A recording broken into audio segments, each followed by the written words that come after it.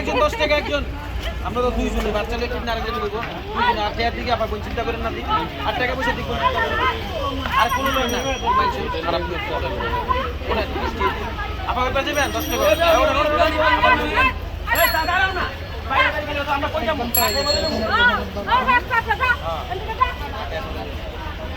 আমার তো 4 টাকা 3 গেছে